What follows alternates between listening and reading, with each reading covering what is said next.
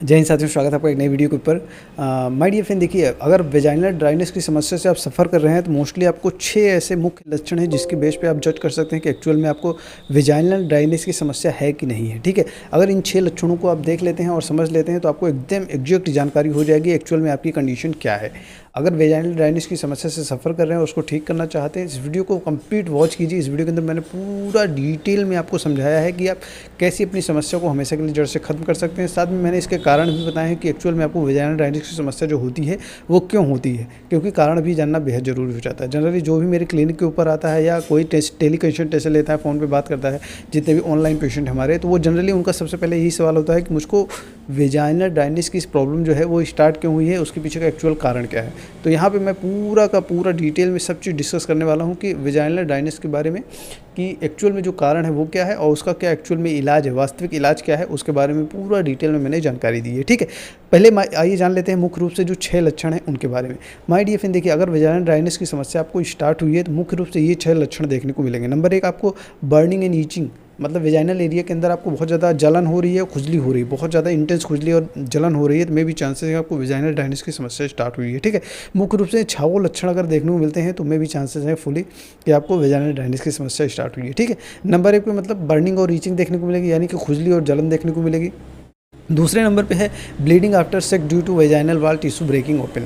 My dear friend, देखो, ये एक इंपॉर्टेंट सिम्टम है जब भी आप सेक्सुअल एक्टिविटी करते हैं। ठीक है, अपने पार्टनर के साथ जब भी आप सेक्स करने की इच्छा जाहिर करते हैं और सेक्स करते हैं तो उसमें क्या होता है कि वेजाइनल की वाल जो होती है, वेजाइनल जो एरिया होता है, जो भी वेजाइना का एरिया होता है, वहाँ पे जो उसका जो मतलब टिश्यू एरिया होता है वो हल्का सा ब्रेक हो जाता है, आउट हो जाता है, जिसकी वजह से वहाँ पे हल्का हल्का ब्लीडिंग देखने को मिलता है।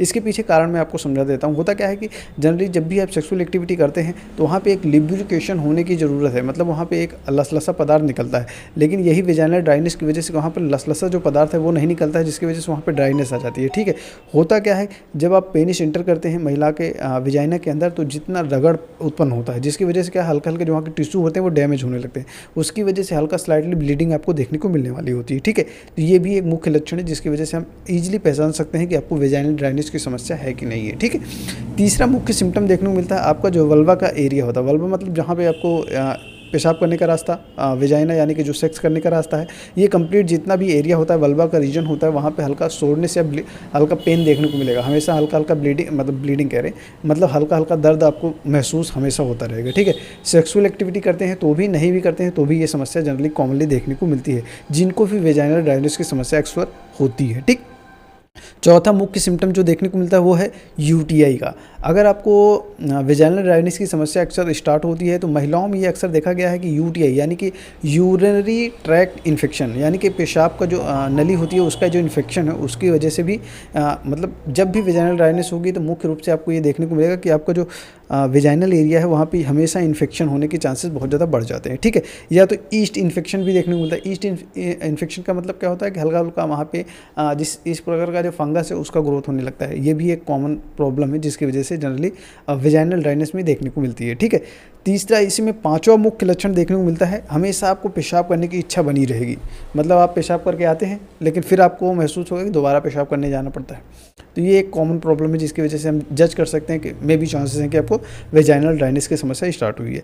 और छठवां जो मुख्य लक्षण देखने को मिलता है वो है कि आप सेक्स करने की इच्छा बिल्कुल ख़त्म हो जाती है। मतलब आप जब भी सेक्सुअल एक्टिविटी करने के लिए आपका पार्टनर आपसे कहता है तो आपको महसूस होता है कि नहीं, क्यों नहीं, मुझको सेक्सुअल एक्टिविटी नहीं करनी, क्योंकि उसके पीछे कारण है। जब भी आप सेक्सुअल एक्टिविटी करते हैं या अपने पार्टनर के साथ संबंध बनाते हैं, संभोग करते हैं, तो आपको वहाँ पे आपका जो वेजाइनल एरिया होता है वहाँ पे दर्द देखने को मिलता है, क्योंकि वहाँ पे ड्राइनेस रहती है और हार्मोनल इम्बैलेंस है। ये सब चीज़ें मैं पूरा डिटेल में आगे डिस्कस करूँगा।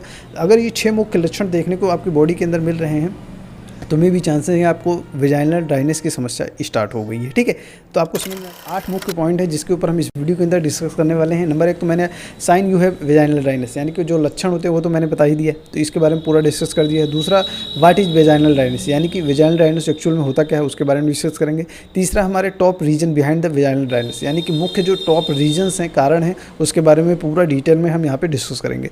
चौथा, vaginal dryness after menopause, how to treat it, यानी कि वेजाइनल ड्राइनेस होने के बाद, मीनोपॉज की कंडीशन होने के बाद जब ये समस्या उत्पन्न होती है उसको कैसे ट्रीट कर सकते हैं, उसका क्या एक्चुअल में इलाज है, पूरा डिस्कस करेंगे इस वीडियो के अंदर। ठीक है, साथ में super foods for vaginal dryness, ये एक इंपॉर्टेंट पॉइंट है कि आपको कुछ ऐसे सुपर फूड्स होते हैं, खाने के अंदर लेने वाली चीज़ें होती हैं, जिनके बारे में मैं जानकारी दूंगा, जिसकी मदद से नेचुरली ही आप अपने वेजाइनल ड्राइनेस की समस्या को ठीक कर सकते हैं। उसके बारे में पूरा डिटेल में बताएंगे, ठीक है।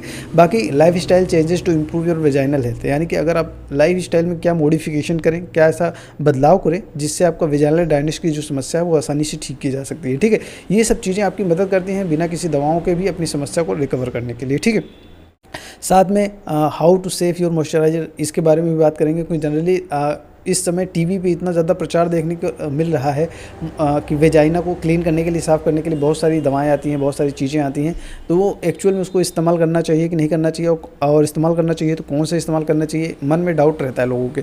तो उसके बारे में पूरा डिटेल में हम डिस्कस करने वाले हैं, ठीक है। अब सबसे पहले बात कर लेते हैं वेजाइनल ड्राइनेस के बारे में। वेजाइनल ड्राइनेस एक्चुअल में होती क्या है? वेजाइनल ड्राइनेस एक ऐसी अवस्था है, मतलब ये क्लिनिकल अवस्था भी कह सकते हैं, नॉर्मल अवस्था कहते हैं। वैसे कंडीशन है, इसमें होता क्या है कि जब भी वेजाइना के अंदर जो होता है नेचुरल लुब्रिकेशन होता है ड्यूरिंग सेक्सुअल एक्टिविटी, यानी जब भी आप मतलब पैदा होते हैं जनरली तब से, या कुछ जब भी आपकी प्यूबर्टी आ जाती है तब से, तो आपके वेजाइना के अंदर हल्का हल्का कुछ ना कुछ ऐसा लसलसा पदार्थ निकलता रहता है, जिसकी वजह से वहाँ पे ड्राइनेस बनी कभी भी नहीं होती है। लेकिन इसमें होता क्या है कि जो आपका नेचुरल लुब्रिकेशन होता है वेजाइना के अंदर वो सूख जाता है, ठीक। तो जिसकी वजह से क्या हम वहाँ पे ड्राइनेस आ जाती है, तो उस कंडीशन को हम वेजाइनल ड्राइनेस कहते हैं, ठीक है।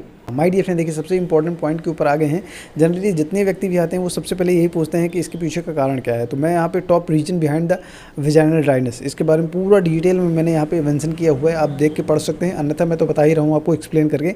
मैनी केसेस, मतलब ज़्यादातर केसों में क्या होता है कि जो भी वेजाइनल ड्राइनेस की समस्या होती है वो स्टार्ट होती है हमारे ईस्ट्रोजन। नंबर 1 एक मुख्य जो कारण होता है यही होता है कि ईस्ट्रोजन जो हार्मोन होता है उसका लेवल डिक्लाइन हो जाता है, डिक्रीज हो जाता है बॉडी के अंदर, जिसकी वजह से क्या है आपको वेजाइनल ड्राइनेस की समस्या स्टार्ट होती है। बहुत सारे फैक्टर्स और भी हैं, लेकिन मुख्य रूप से यही एक समस्या है जिसकी वजह से जनरली वेजाइनल ड्राइनेस की समस्या स्टार्ट होती है कि आपके बॉडी के अंदर, मतलब महिलाओं की बॉडी के अंदर अगर ईस्ट्रोजन हार्मोन का जो लेवल होता है नॉर्मल से वो कम हो जाता है तो जनरली आपको वेजाइनल ड्राइनेस की समस्या देखने को मिलती है, ठीक है।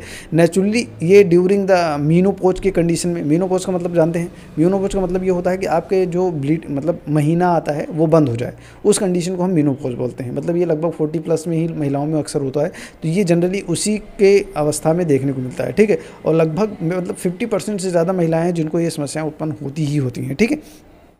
जनरली ये कौन कौन सी अवस्था में होता है? तो मीनोपॉज की कंडीशन में होता है। कुछ ऐसी हेल्थ सिचुएशन भी होती है, हेल्थ ऐसी कोई कंडीशन भी होती है जिसमें भी ये जनरली देखने को मिलता है, ठीक है। तो नंबर 1 पे आता है ब्रेस्ट फीडिंग। अगर आप महिलाएं बच्चों को दूध पिला रही होती है तो इस कंडीशन में भी हार्मोन थोड़ा डिक्लाइन होता है, जिसकी वजह से आपको वेजाइनल ड्राइनेस की समस्या देखने को मिलने वाली है, ठीक है।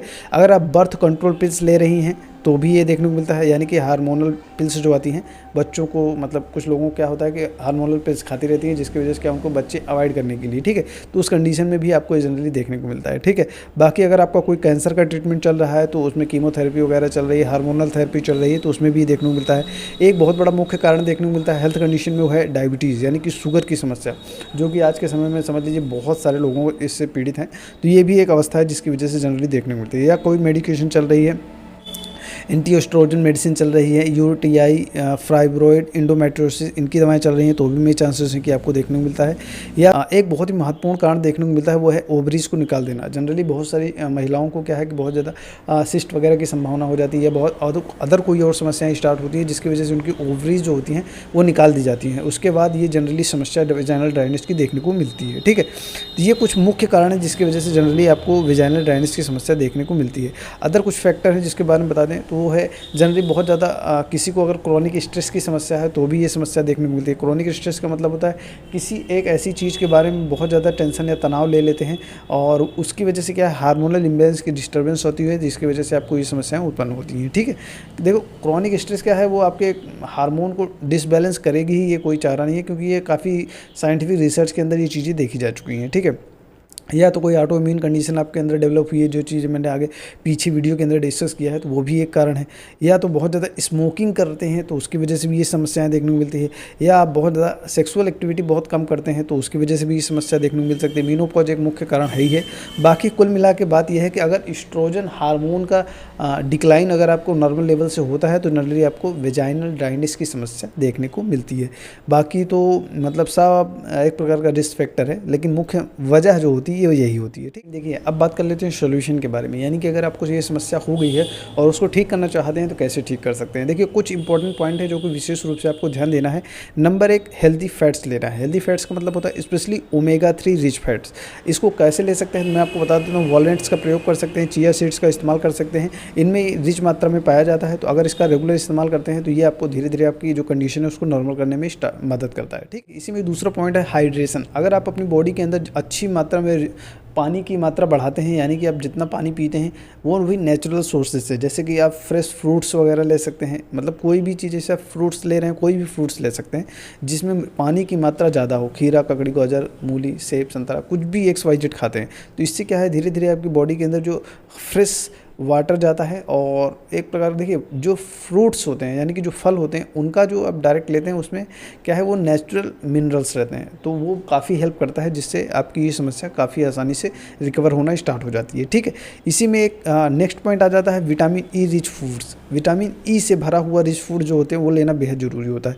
ये आपके एंटीऑक्सीडेंट को प्रोवाइड करता है। स्पेशली अगर बात करें तो इसमें ग्रीन वेजिटेबल, ग्रीन मतलब ये है कि 3-4 प्रकार की हरी साग सब्जियां जो आती हैं जनरली उनको अपने फूड के अंदर या सलाद के अंदर डाल सकते हैं, जिससे आपको काफ़ी मदद मिलती है आपकी इस समस्या को सोल्यूशन, मतलब ये कुल मिला के ये चीज़ें काफ़ी मदद करती हैं आपकी इन समस्याओं को रिकवर करने के लिए। ठीक है, तो अगर इस पॉइंट के ऊपर विशेष रूप से ध्यान देंगे तो डेफिनेटली आपको काफ़ी लाभ देखने को मिलने वाला है। ठीक है, तो सबसे इंपॉर्टेंट पॉइंट के ऊपर आप आ चुके हैं कि आपको सोल्यूशन के अंदर तो कौन सी ऐसी चीज़ें हैं जो कि बिल्कुल भी नहीं करनी है। अगर ये चीज़ें करते रहेंगे तो आपको वो सोल्यूशन मतलब उतना अच्छा रिजल्ट कभी भी देखने को नहीं मिलेगा जितना आप चाहते हैं।